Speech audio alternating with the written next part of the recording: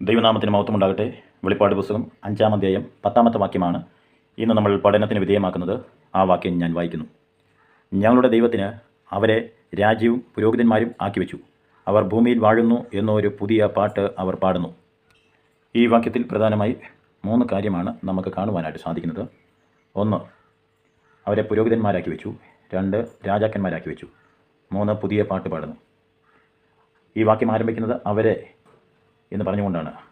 അവരെ എന്നതിന് ആരെ എന്നൊരു ചോദ്യം ചോദിച്ചാൽ അതിനുത്തരം തൊട്ട് മുകളിലത്തെ വാക്യം, രക്തം കൊണ്ട് വിലയ്ക്ക് വാങ്ങിയവരെ എന്നർത്ഥം. വിശ്വാസത്താൽ നാം ഇന്ന് രാജകീയ പുരോഹിത വർഗമാണ്.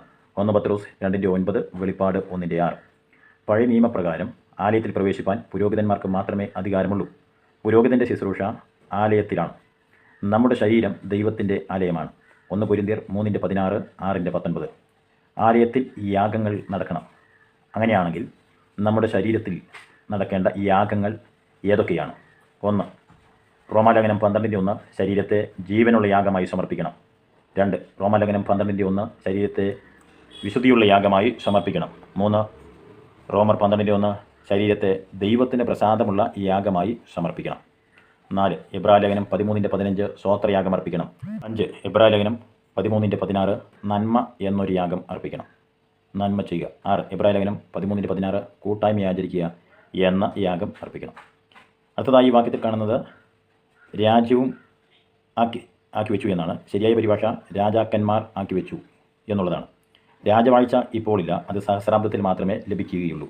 വെളിപ്പാട് 20:4, 6 വാക്യങ്ങൾ, 22:5. സിംഹാസനത്തിൽ ഇരുന്ന് വാഴും.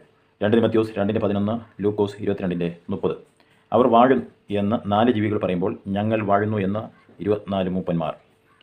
1 കൊരിന്ത്യർ 6:2, ലോകത്തെ വിധിക്കും. രാജാക്കന്മാരാക്കി വെച്ചാൽ വാഴുക അല്ലെങ്കിൽ ഭരണം നടത്തുക, വിധി കൽപ്പിക്കുക എന്നുള്ളതാണ്.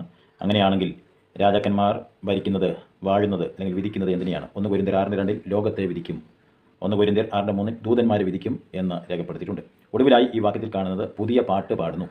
പുതിയ പാട്ട് പുതിയ സൃഷ്ടിയുടെ ലക്ഷണമാണ്. പുതിയത് എന്നതിൻ്റെ ഗ്രീക്ക് വാക്ക് നയോസ് എന്നാണ്.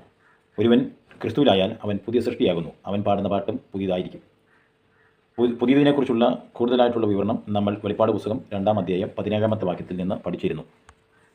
പാട്ട് പ്രകൃതിയുടെ സംഗീതമാണ്. പർവ്വതങ്ങൾ പാടുന്നു. യെശയ്യാവ് 55:12. താഴ്വരകൾ പാടുന്നു. സങ്കീർത്തനം 65:13. വൃക്ഷങ്ങൾ പാടുന്നു. 1 ദിനവൃത്താന്തം 16:33. പക്ഷികൾ പാടുന്നു. സങ്കീർത്തനം 104:12. ദൈവിക നിയമത്തിൻ്റെ സംഗീതമാണ് പാട്ട്. കർത്താവും ശിഷ്യന്മാരും അന്ത്യ അത്താഴം കഴിഞ്ഞ് പാടി. മത്തായി സുവിശേഷം 26:30. അവർ സ്വോത്രം പാടി ഒരു മലയ്ക്ക് പോയി എന്ന് നമ്മൾ വായിക്കുന്നു. പാട്ട് വിശുദ്ധന്മാരുടെ സംഗീതമാണ്. അവർ സമൂഹമായി പാടി. സങ്കീർത്തനം 149:1-2 വാക്യങ്ങൾ. കഷ്ടദിവസത്തിൽ പാടി. അപ്പോസ്തല പ്രവൃത്തികൾ 16:25, യെശയ്യാവ് 26:19. അവരുടെ പാലായനത്തിൽ പാടി. യെശയ്യാവ് 42:10-11 വാക്യങ്ങൾ. അവരുടെ വിടുതലിൽ പാടി. പുറപ്പാട് 15:1. അവരുടെ സമൃദ്ധിയിൽ പാടി. യിരെമ്യാവ് 5:13.